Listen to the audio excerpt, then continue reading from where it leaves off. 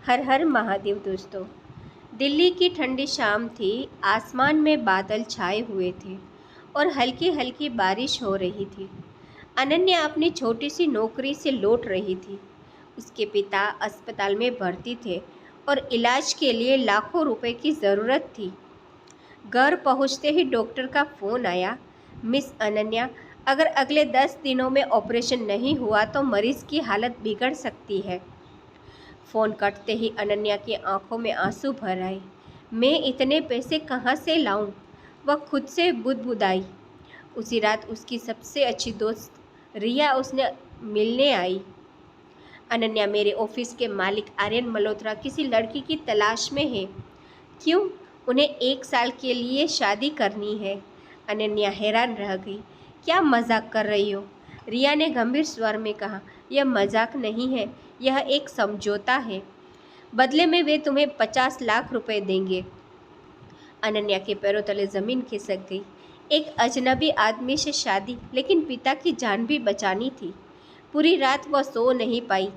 आखिर अगले दिन उसने आर्यन मल्होत्रा से मिलने का फैसला किया। आर्यन मल्होत्रा देश के सबसे बड़े बिजनेसमैनों में से एक थे। उनकी कंपनी अरबों का कारोबार करती थी। जब अनन्या उसके ऑफिस पहुंची तो वहां भी भव्यता देखकर दंग रह गई। कुछ देर बाद एक लंबा, आकर्षक और गंभीर चेहरा लिए युवक अंदर आया। वह आर्यन था। बैठिए। अनन्या घबराए कर बैठ गई। आर्यन ने सीधा मुद्दे पर आते हुए कहा, मुझे 1 साल के लिए पत्नी चाहिए। लेकिन क्यों? मेरे दादाजी की आखिरी इच्छा है कि मैं शादी करूं। अगर मैंने शादी नहीं की तो मेरी सारी संपत्ति ट्रस्ट को चली जाएगी। अनन्या चुप रही। आर्यन आगे बोला, यह शादी सिर्फ कागज़ों पर होगी। किसी को इसके बारे में पता नहीं चलेगा और 1 साल बाद हम तलाक ले लेंगे। आर्यन ने मेज पर एक फाइल रखी। इसमें सारी शर्तें हैं। अनन्या ने फाइल खोली। उसमें लिखा था, दोनों पति पत्नी का अभिनय करेंगे, किसी को सच्चाई नहीं बताएंगे। 1 साल बाद आपसी सहमति से तलाक होगा। बदले में 50 लाख रुपए दिए जाएंगे। अनन्या की नज़र पिता की तस्वीर पर गई, जो उसके मोबाइल स्क्रीन पर थी। कुछ पल बाद उसने कांपते हाथों से दस्तावेज पर हस्ताक्षर कर दिए। उसे नहीं पता था कि यही फैसला उसकी पूरी जिंदगी बदल देगा। 2 दिन बाद एक छोटे मंदिर में शादी हुई। सिर्फ 4 लोग मौजूद थे, पंडित, आर्यन, अनन्या और आर्यन का वकील। जब आर्यन ने अनन्या की मांग में सिंदूर भरा तो अनन्या का दिल तेजी से धड़कने लगा। यह शादी नकली थी, लेकिन सिंदूर तो असली था। 7 फेरे भी असली थे, मंत्र भी असली थे और भगवान भी। शादी के बाद आर्यन ने कहा, अब से तुम मेरे पेंट हाउस में रहोगी। अनन्या ने सिर हिला दिया। उसकी नई जिंदगी शुरू हो चुकी थी। पेंट हाउस किसी महल से कम नहीं था, लेकिन वहाँ खुशियाँ नहीं थी।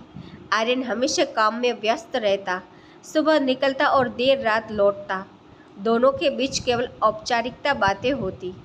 एक रात अनन्या ने पूछा, आप हमेशा इतने गंभीर क्यों रहते हैं? आर्यन कुछ पल चुप रहा, फिर बोला, क्योंकि मैंने भरोसा करना छोड़ दिया है। क्यों? मेरी मंगेतर ने मुझे धोखा दिया था। अनन्या पहली बार उसकी आंखों में दर्द देख रही थी। उसी दिन से उसे आर्यन के लिए सहानुभूति महसूस होने लगी। दिन बीतते लगे। अनन्या ने धीरे धीरे घर को घर जैसा बना दिया। वह आर्यन की पसंद का खाना बनाती, उसकी दवाइयों का ध्यान रखती, उसके दादाजी की सेवा करती। एक दिन दादाजी मुस्कुराते हुए बोले, तुम दोनों सचमुच एक दूसरे के लिए बने हो। दोनों एक दूसरे की ओर देखने लगे। उसकी नज़रें मिली और पहली बार दोनों को अजीब सा एहसास हुआ। आर्यन का चेहरा भाई विक्रम उसकी कंपनी हथियाना चाहता था। उसे शक हो गया था कि शादी में कुछ रहस्य है। एक दिन उसने जासूस लगवा दिए। धीरे धीरे उसे समझौता विवाह की भनक मिल गई। विक्रम मुस्कुराया, अब खेल खत्म होगा आर्यन। एक रात अनन्या सीढ़ियों से फिसल गई। आर्यन दौड़ कर आया। अनन्या, उसने उसे अपनी बाहों में उठा लिया। उसकी आवाज़ में घबराहट थी। अनन्या ने पहली बार महसूस किया कि वह उसके लिए महत्वपूर्ण है। उसी रात दोनों देर तक बातें करते रहे, हंसी मजाक करते रहे और दिलों की दूरियां कम होने लगी। विक्रम ने मीडिया के सामने सारे दस्तावेज पेश कर दिए। अगले दिन हर समाचार चैनल पर खबर चल रही थी, देश के बड़े उद्योगपति की नकली शादी का खुलासा। पूरी कंपनी में हंगामा मच गया। दादाजी को गहरा सदमा लगा। उन्होंने आर्यन को बुलाया। क्या यह सच है? आर्यन की नज़र झुक गई। दादाजी की आंखों में आंसू निकल आए। तुमने मुझसे यह उम्मीद नहीं थी। मुझे तुमसे यह उम्मीद नहीं थी। उसी रात उसकी तबीयत बिगड़ गई। दादाजी अस्पताल में थे। आर्यन खुद को दोष दे रहा था। तभी अनन्या उसके पास आई। आप अकेले नहीं हैं। आर्यन की आंखें भर आई। मैं हार गया हूँ अनन्या। अनन्या ने उसका हाथ पकड़ लिया। नहीं। आर्यन ने पहली बार उसका हाथ मजबूती से थामा। अगर मैं तुम्हें खो दूँ तो? अनन्या का दिल धड़क उठा। आप मुझे खोएंगे नहीं। उस पल दोनों समझ गए कि यह रिश्ता अब समझौते का नहीं रहा, यह प्रेम बन चुका था। समझौते का 1 साल पूरा होने वाला था। तलाक के कागज तैयार थे। वकील ने फाइल सामने रख दी। साइन कर दीजिए। अनन्या के हाथ कांप रहे थे। आर्यन भी बेचैन था, लेकिन किसी ने कुछ नहीं कहा। दोनों ने दस्तावेज पर हस्ताक्षर कर लिए। कानूनी रूप से उनका रिश्ता खत्म हो गया, लेकिन दिल अब भी जुड़े हुए थे। तलाक के बाद अनन्या घर छोड़कर चली गई। पेंट हाउस खाली खाली लगने लगा।